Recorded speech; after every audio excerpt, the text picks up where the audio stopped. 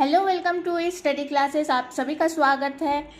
इस YouTube channel में आप सभी को क्लास 10 एनसीईआरटी मैथ्स के सारे सॉल्यूशन मिल जाएंगे। ऑलरेडी अपलोडेड है, लेकिन मैं फिर से चाह रही हूँ कि आप लोगों को बेहतर ढंग से समझा सकूँ, बेहतर ढंग से एग्जाम्पल दे सकूँ, इसीलिए फिर से नए वीडियोस बन रहे हैं। अगर आप लोगों को दूसरे एक्सरसाइज या दूसरे अध्याय के वीडियोस चाहिए तो आप लोग प्लेलिस्ट में जाके चेक कर सकते हैं। और ये वीडियो अगर आप लोगों को अच्छी लगे तो लाइक करना ना भूलना, शेयर करना ना भूलना।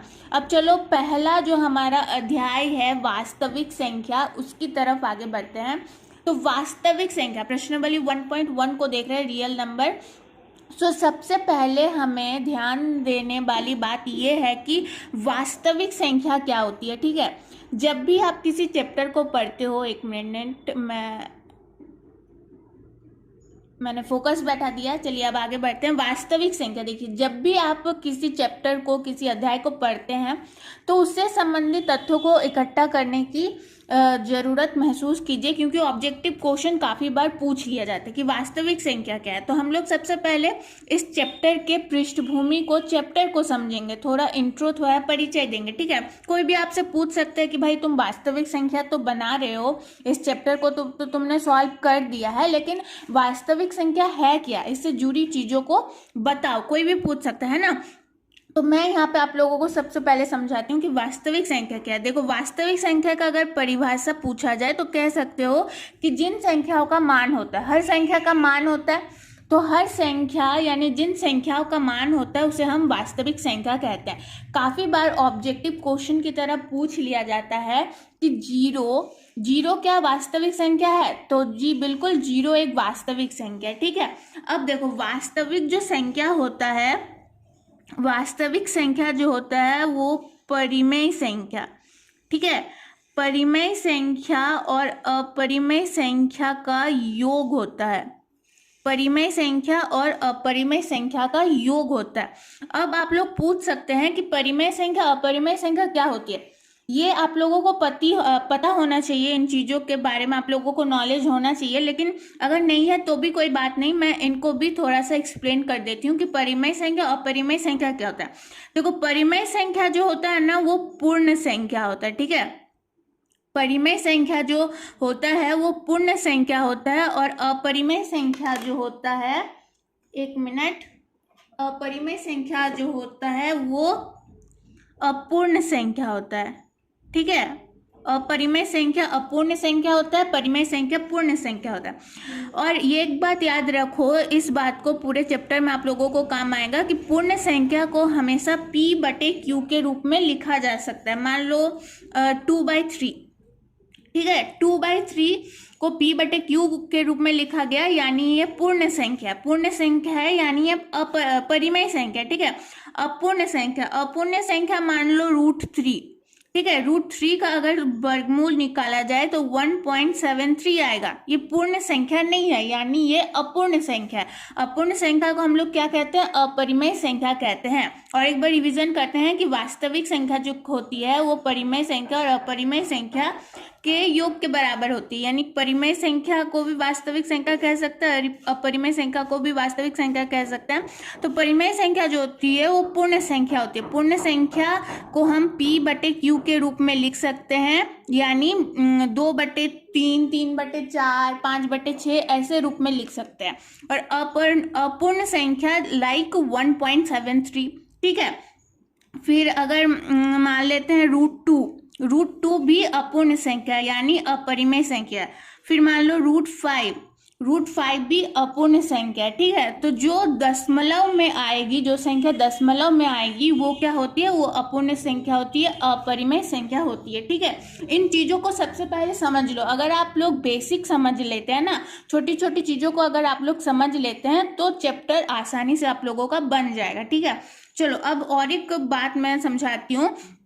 अब आप लोगों को लग रहा होगा कि जो भी संख्या रूट में होगी, जैसे कि मैंने यहाँ पे √3 बताया, वो अपरिमेय संख्या, अपूर्ण संख्या। √2 जैसे मैंने बताया, √5 जैसे मैंने बताया, तो आप लोगों को लग रहा होगा कि जितने भी संख्या रूट में होगी वो सब अपूर्ण संख्या होगी, लेकिन ऐसा नहीं है। मान लो √49 है। ठीक है, √49 का वर्गमूल कितना होता है, 7। √64 का वर्गमूल कितना होता है, 8। तो आंसर जो है वो तो पूर्ण हो रही है, 7, 8 ये सब तो पूर्ण संख्या है। तो जो रूट 49 है वो परिमेय संख्या है, यानी पूर्ण संख्या है। रूट 64 पूर्ण संख्या है। गलती से भी इनको अपरिमेय या अपूर्ण संख्या मत मान लेना। रूट 3 1.73 आया इसका आंसर, ठीक है। ये पूर्ण नहीं है, ये अपने आप में अपूर्ण है, तो इसीलिए हमने इसे अपरिमेय संख्या में परिभाषित किया, ठीक है, उदाहरण के तौर पे दिया। तो ये बात आप लोग ध्यान में रखना, ठीक है। अब चलो आप लोगों का क्वेश्चन 1 देखो, एक्सरसाइज 1.1 में आप लोग अपना बुक देखो। कहा गया है कि निम्नलिखित संख्याओं का एचसीएफ ज्ञात करने के लिए यूक्लिड विभाजन एल्गोरिथम का प्रयोग कीजिए। यूक्लिड विभाजन एल्गोरिथम,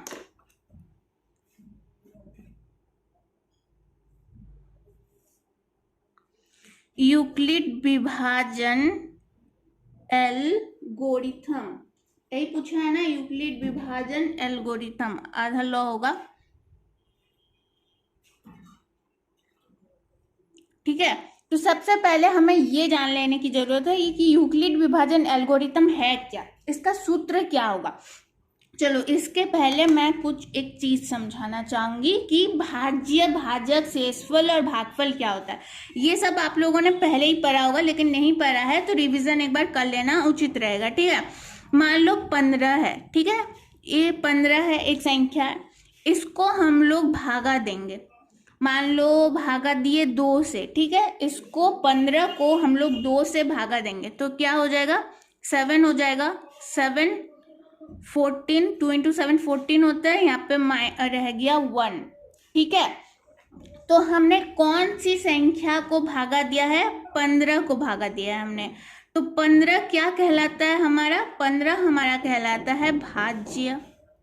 ये बात आप लोगों को पता होगी, 15 हमारा भाज्य कहलाता है। 7 को हम लोग क्या कहेंगे, 7 को हम लोग भागफल कहेंगे। यहाँ पे क्या बच गया, 1 बच गया, इसको कहेंगे शेषफल। जो बचा रह जाता है उसको शेषफल कहते हैं, और जिससे भागा देते हैं इसको क्या कहते हैं, भाजक। ये चीज आप लोगों को पता होगी। भागफल और शेषफल के बारे में तो आप लोगों को जानकारी होगी ही, लेकिन कुछ बच्चों को क्या होता है, कंफ्यूजन हो जाता है कि ये भाज्य है कि ये भाज्य है, ये भाजक है कि ये भाजक है। तो ध्यान देना, जिससे हम लोग भागा देते हैं वो भाजक कहलाता है, और जिसको भागा देते हैं वो भाज्य कहलाता है, ठीक है। अब जो है हम लोग गणित की परिभाषा में भागफल को हम लोग यहाँ Q से दर्शाएंगे, ठीक है। भागफल को Q से दर्शाएंगे, शेषफल को R से दर्शाएंगे, भाज्य को जो है वो A से दर्शाएंगे, और भाजक को जो है वो B से दर्शाएंगे, ठीक है। भाज्य को A, भाजक को B, शेषफल को R, भागफल को Q। ये जो मैं आप लोगों को समझा रही हूँ ये अभी यूक्लिड विभाजन एल्गोरिथम का सूत्र हमें दिलवाएगा, ठीक है। देखो ये जो मैंने अभी बताया ना आप लोगों को कि वास्तविक संख्या क्या है, परिमेय संख्या, अपरिमेय संख्या, पूर्ण संख्या, फिर मैंने रूट 3, रूट 2 ये सब आप लोगों को एग्जाम्पल्स के तौर पर बताया। ये भाजक भाज्य के बारे में मैं बता रही हूँ, तो ये जो है आप लोग नोट करके रख लो, ताकि भूल जाओगे तो एक बार देख सको कॉपी पलट के, तो दिमाग में रह जाएगा, ठीक है। नहीं तो देख के निकल जाओगे वीडियो तो कुछ काम का नहीं है। तो मैं सजेस्ट करूंगी कि नोट बना के रख लो, बेहतर रहेगा। अब चलो मैंने बता दिया भाजक, भाज्य, भागफल, शेषफल, ये मैंने बता दिया। अब मान लो कि हमसे कभी भाज्य पूछा जाए, ठीक है, भाज्य कभी पूछ लिया जाए कि भाज्य हमें निकालना है, भाज्य हमें निकालना है। मान लो यहाँ पे 15 हमें ज्ञात नहीं था, लेकिन हमें पता है 2, 7, 1 का पता है। हमारे पास भाजक है, भागफल है और शेषफल है, और हमें भाज्य निकालना है, 15 को निकालना है। तो भाज्य का सूत्र क्या हो जाएगा, भाजक गुना भागफल, ठीक है, भागफल जोड़ शेषफल।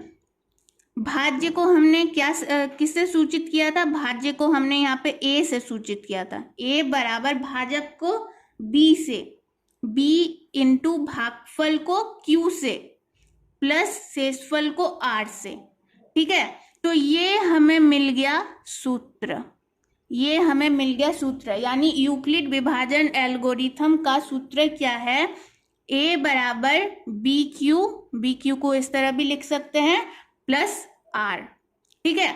अब जो है आप लोगों को कंफ्यूजन ना हो या फिर संदेह हो, जो मैंने बताया, जो दीदी ने बताया है वो सच में सही है क्या, तो यहाँ पे चेक करके देख लेते हैं। ए बराबर क्या था, यहाँ पे 15 था, ठीक है। बी क्या था, बी भाजक था, यानी यहाँ पे 2 था, 2 था। क्यू क्या था, क्यू यहाँ पे 7 था, भागफल 7 था, प्लस आर, आर शेषफल यानी यहाँ पे 1 था। तो 2 इंटू 7 14, 14 और 1 15, तो 15। देखो LHS बराबर RHS आया, यानी भाज्य का सूत्र क्या हो गया, भाजक गुना भागफल जोड़ शेषफल, यानी यहाँ पे जो सूत्र है वो बिल्कुल सही है। तो आप लोग इस तरीके से अपने जो सॉल्यूशन है उसको चेक कर सकते हो, ठीक है। यदि आपको आंसर पहले से पता है, आप लोगों को तो आंसर नहीं दिया हुआ रहेगा ना, तो आपको भाज्य सीधे निकालना पड़ेगा। तो आप लोग इस सूत्र का इस्तेमाल करना कि A बराबर BQ प्लस आर, ये सूत्र दिमाग में बैठा लो। किस तरीके से ये सूत्र बना, किस फॉर्मूला का यूज हुआ, इसको समझ लो। आप लोगों का जो अध्याय 1 है, वास्तविक संख्या का जो अध्याय है, पूरा आसानी से बन जाएगा।